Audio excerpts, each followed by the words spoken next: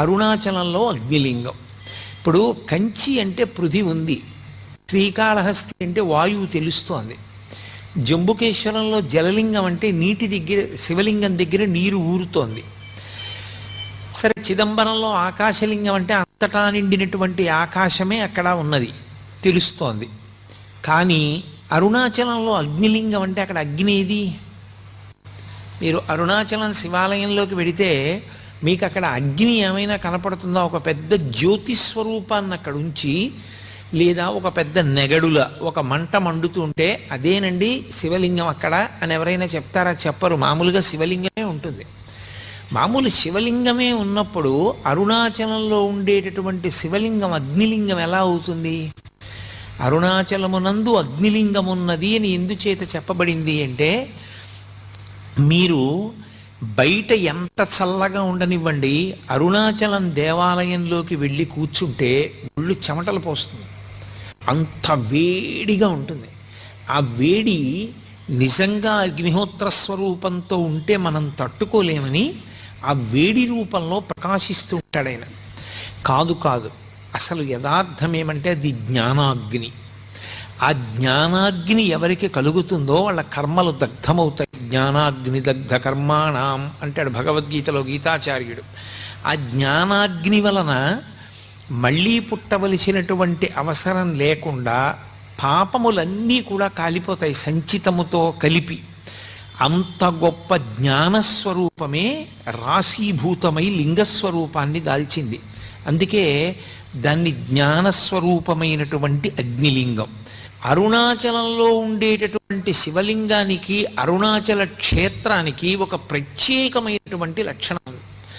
ఏమిటి ఆ లక్షణం అంటే, పరమేశ్వరుణ్ణి ఒకానొకప్పుడు ప్రార్థన చేశారు, అయ్యా ఇన్ని జన్మలు ఎత్తలేకపోతున్నాం, అందులో వచ్చేది కలియుగం, చాలా తేలికగా అజ్ఞానానికి వశులమైపోతాం, మాయకి లోబడిపోతాం, తప్పు పనులు చేస్తాం, మళ్ళీ పునర్జన్మలు వస్తాయి, మరి అలా రాకుండా ఉండాలంటే మాకు ఒక తేలిక మార్గం ఏదైనా ఉపదేశించేయండి అన్నారు. ఆయన అన్నాడు, దర్శనాత్ అభ్రసదసి అన్నాడు. చిదంబరం వెళ్ళి ఎలా దర్శనం చెయ్యాలో తెలుసుకుని అలా దర్శనం చెయ్యండి, ఇక మీరు పుట్టవలసిన అవసరం ఉండదన్నాడు.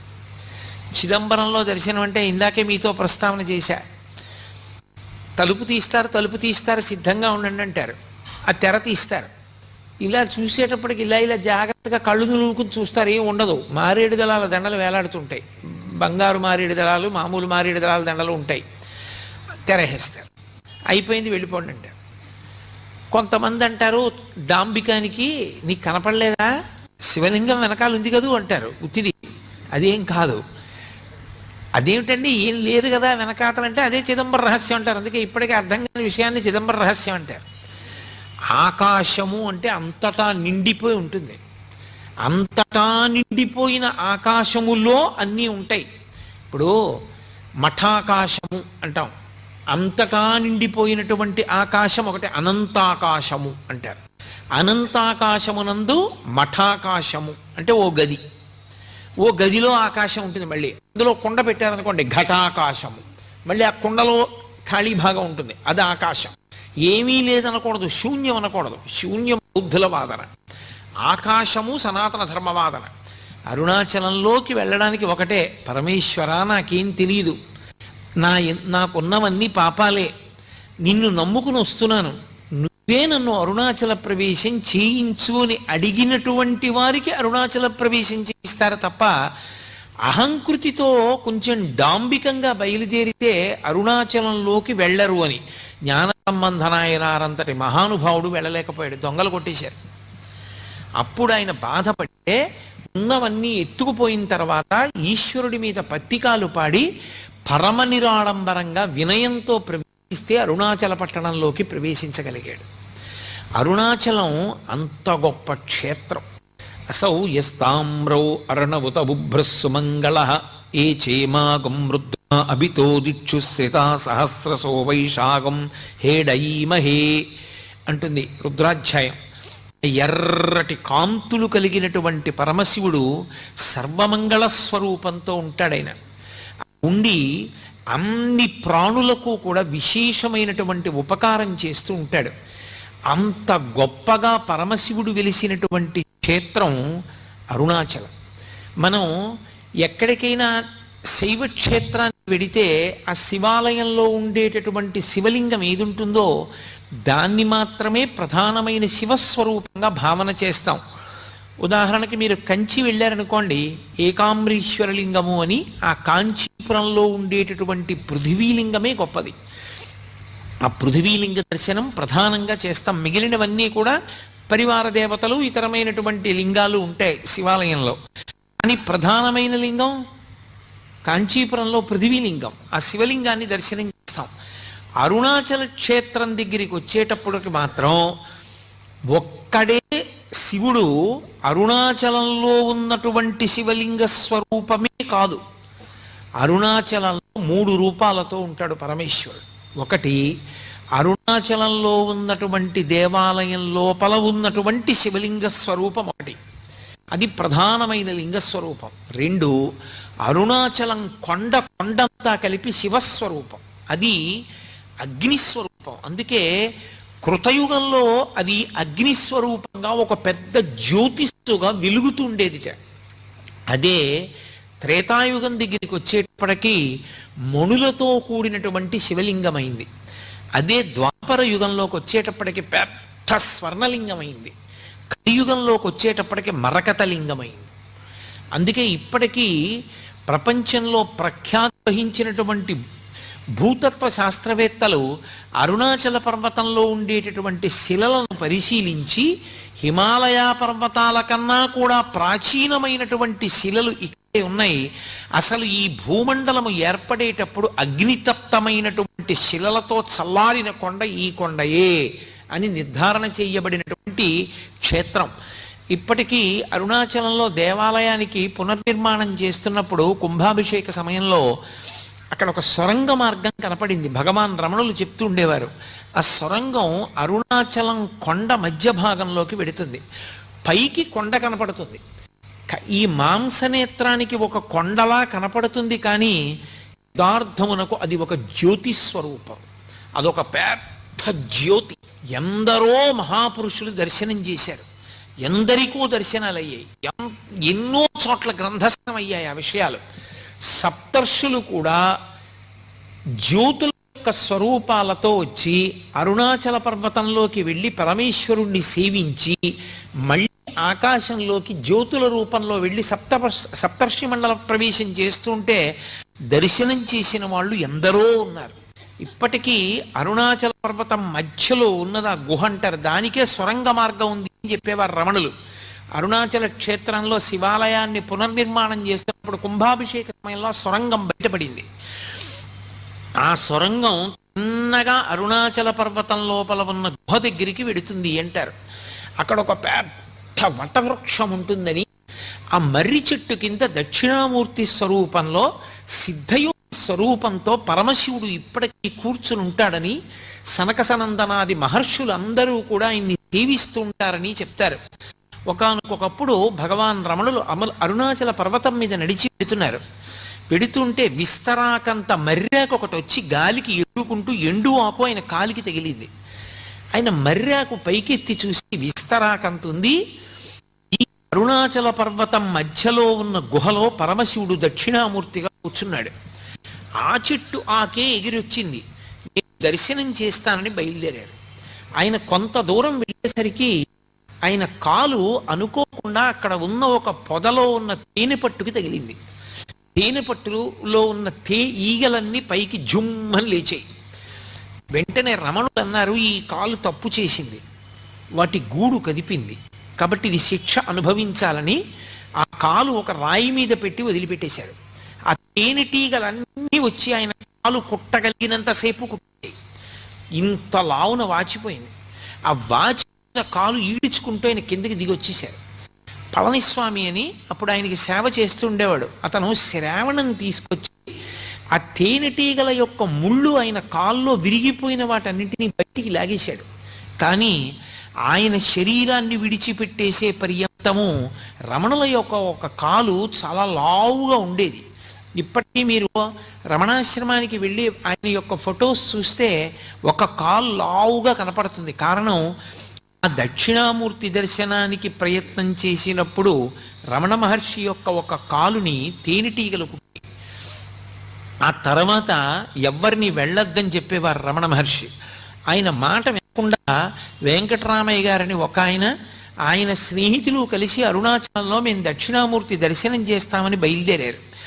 తీరా వాళ్ళు బయలుదేరి వెళ్ళిన తరువాత వాళ్ళు మార్గంలో చాలా చాలా కష్టాలు పడి వాళ్ళకి అసలు వెనక్కి తిరిగి వచ్చే మార్గం మర్చిపోయి ఉండిపోయారు. ఆ పైన ఉండిపోతే ఇక్కడ రమణుల యొక్క అనుగ్రహం వల్ల, కొండ కింద రమణులు చేసిన సంకల్పం వల్ల వాళ్ళు మళ్ళీ చీకటి పడిన తర్వాత కొండ దిగొచ్చారు.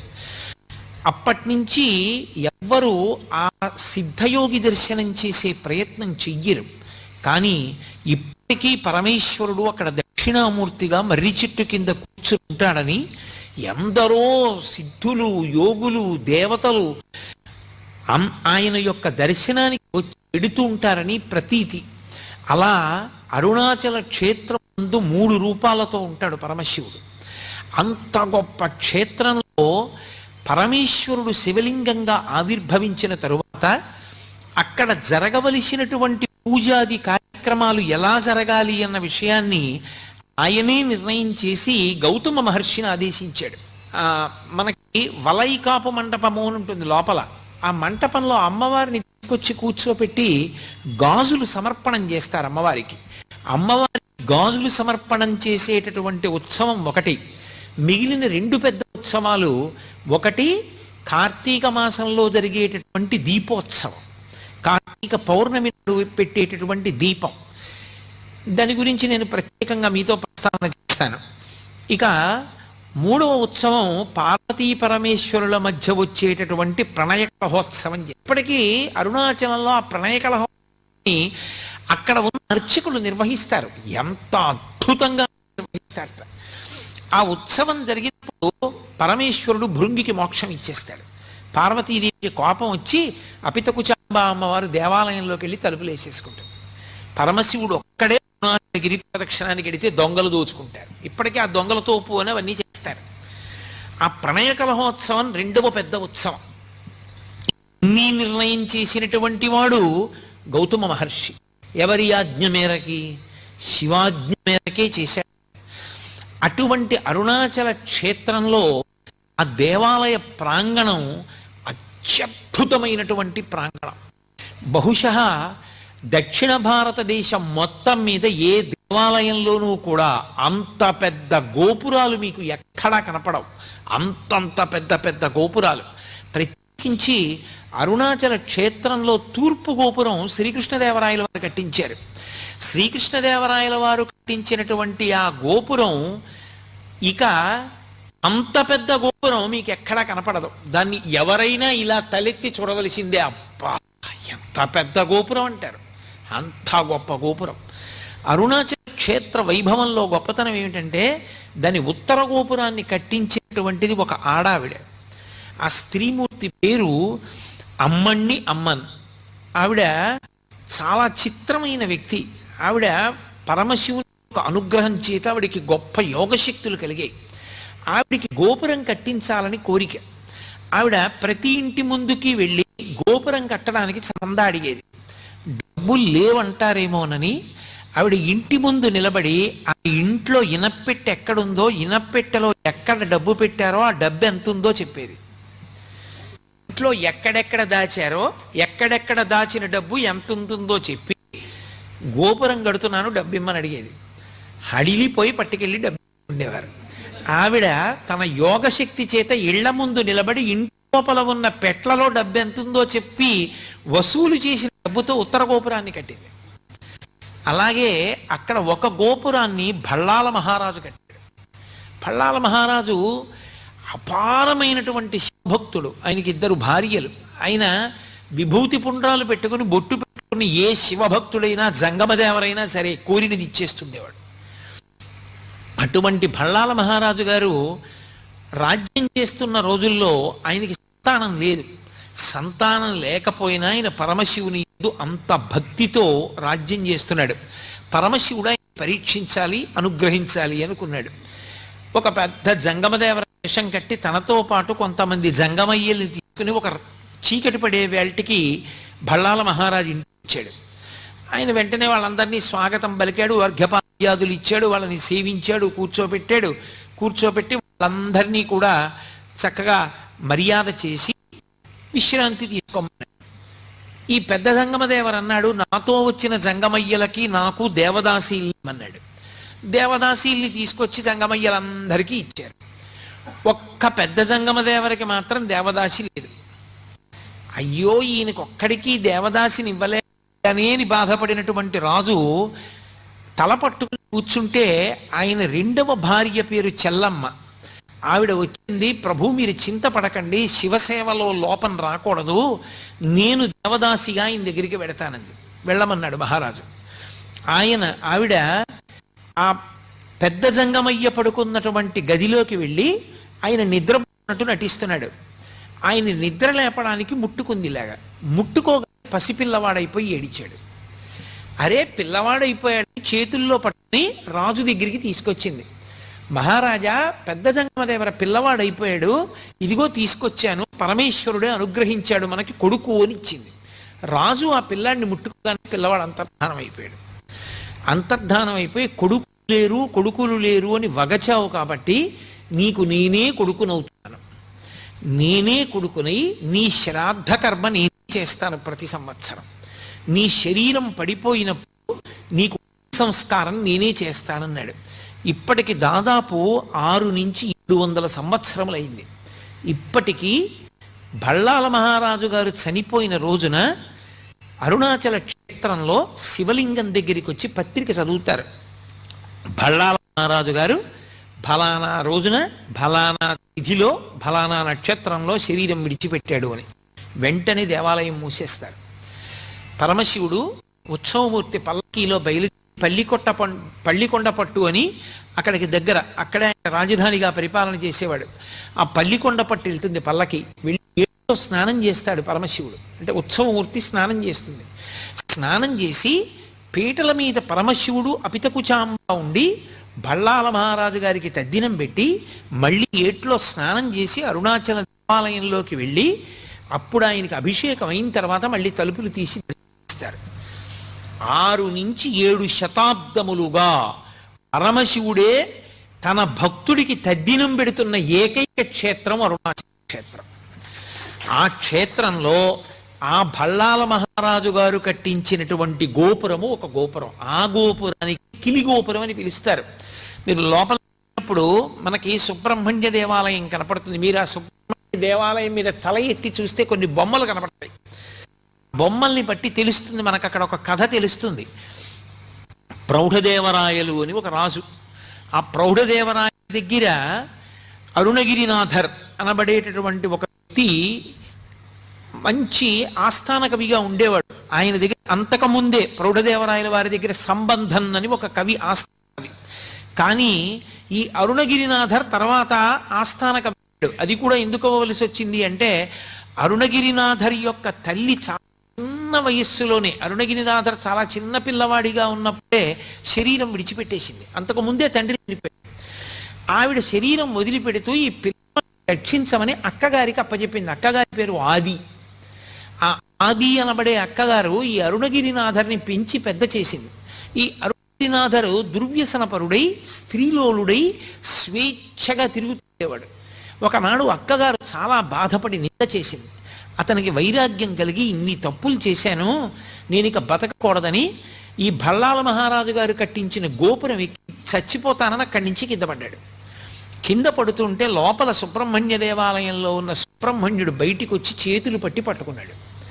సుబ్రహ్మణ్యేశ్వర స్వామి వారి యొక్క స్పర్శ తగలగానే అతనిలో కవిత్వం పెళ్ళుబుకి మహాభక్తుడయ్యాడు.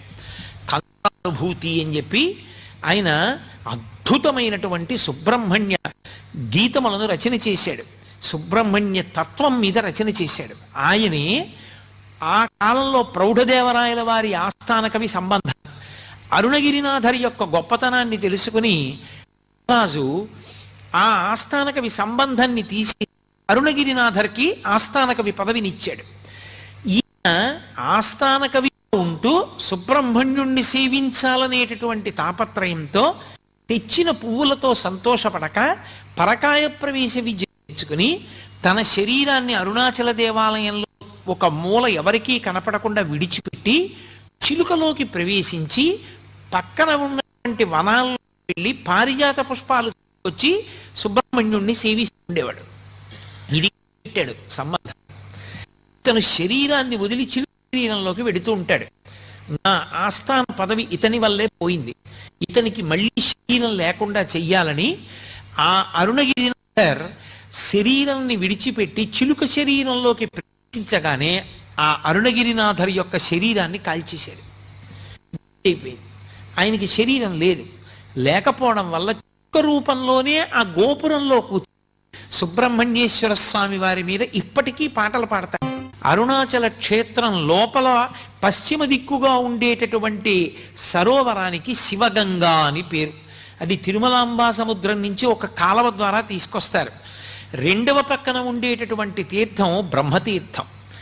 అలాగే మీకు అరుణాచలంలో ఖడ్గతీర్థం, సర్వతీర్థం, ఈశాన్య తీర్థం, అగస్త్య తీర్థం, బ్రహ్మతీర్థం, శివగంగ, యమున, ఎన్ని సరస్సులు ఉంటాయి.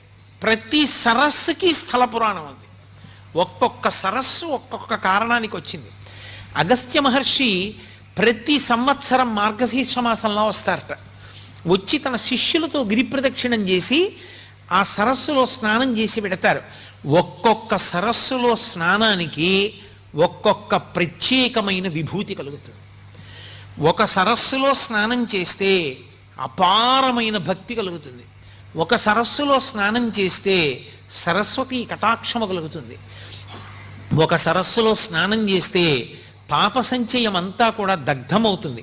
అంత గొప్ప గొప్ప సరస్సులతో నిండి ఉంటుంది ఆ క్షేత్రం అంతా.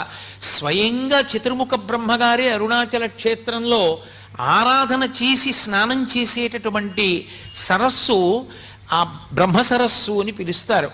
అంత గొప్ప గొప్ప సరస్సులతో కూడుకుని స్థలవృక్షమైనటువంటి ఇప్ప చెట్టుతో ఉంటుంది.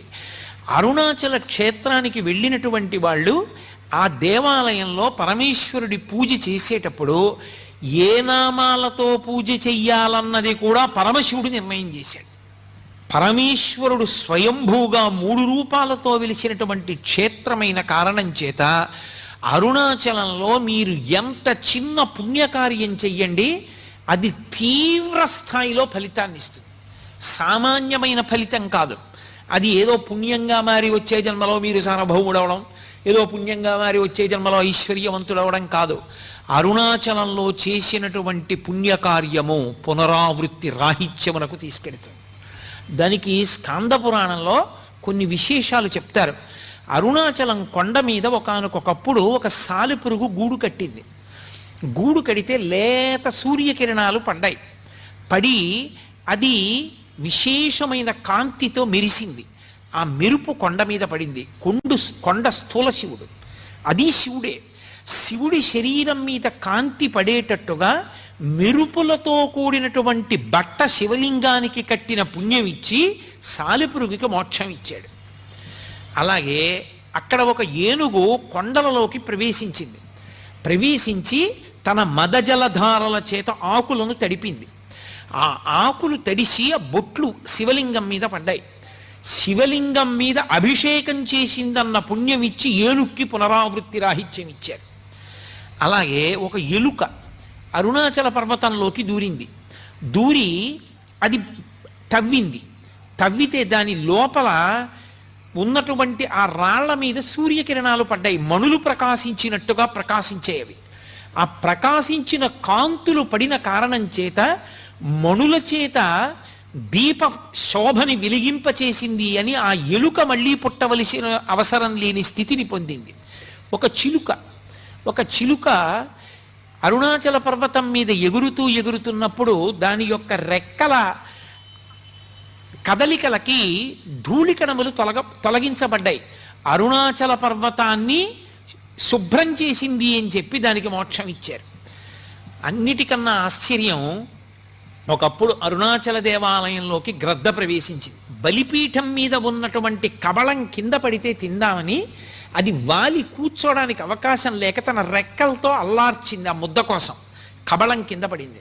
అది రెక్కలు అల్లార్చినప్పుడు ఆ బలిపీఠం మీద ఉన్న ధూళి కొంత ఎగిరింది.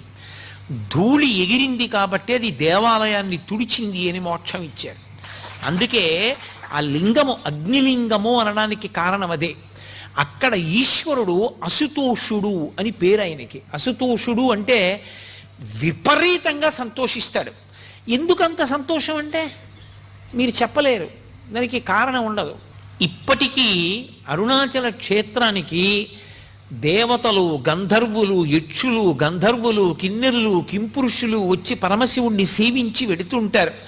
భగవాన్ రమణుల దగ్గరికి శ్రీమతి తల్యార్ ఖాన్ అని ఒక ఆవిడను, పశ్చిమ దేశాల నుంచి వచ్చినటువంటి సాధకురాలు అరుణ అని ఒక ఆవిడ, ఇద్దరు ఉండేవారు. వాళ్ళిద్దరూ ఒకప్పుడు అరుణాచలం కొండ ఎక్కి కొండ మీద పడుకున్నారు. పడుకోవడం అంటే కొండ మీద ధ్యానం చేస్తున్నారు. వాళ్ళకి ధ్యానం చేస్తూ ఉండగా అద్భుతమైన సంగీతం వినపడింది. అందులో ఈ శ్రీమతి తల్యార్ ఖాన్ ఆవిడే పాతాళలింగ దేవాలయాన్ని అంతటినీ కూడా పునర్నిర్మాణం చేసింది. ఎన్నో సరోవరములు ఆ దేవాలయం యొక్క పాదాల ఆ కొండ పాదముల దగ్గర ఎన్నో సరోవరములు ఏర్పడి ఉంటాయి. అంత గొప్ప క్షేత్రం అరుణాచల క్షేత్రం. అటువంటి అరుణాచల క్షేత్రంలో అసలు ఆ దేవాలయంలో అత్యద్భుతమైనటువంటి విషయం ఏమిటంటే అసలు ప్రాకారములు, ఆ 3 ప్రాకారములు ఒక్కొక్క ప్రాకారం దాటి లోపలికి వెడుతుంటే ప్రత్యేకించి 100 కాళ్ల మంటపం, 16 కాళ్ల మంటపం అటువంటి వాటి దగ్గర నిలబడి చూస్తే ఎదురుగుండా స్థూల శివుడైనటువంటి కొండ కనపడుతూ ఉంటుంది. లోపల శివలింగ దర్శనం కూడా చెయ్యవచ్చు. అది కొంచెం తపోదృష్టితో చూసిన వాళ్ళకి లోపల ఉన్నటువంటి సిద్ధపురుషుణ్ణి కూడా మనసులో కనీసం ధ్యానంలో దర్శనం చెయ్యొచ్చు. అంతటి పరమోత్కృష్టమైన క్షేత్రం.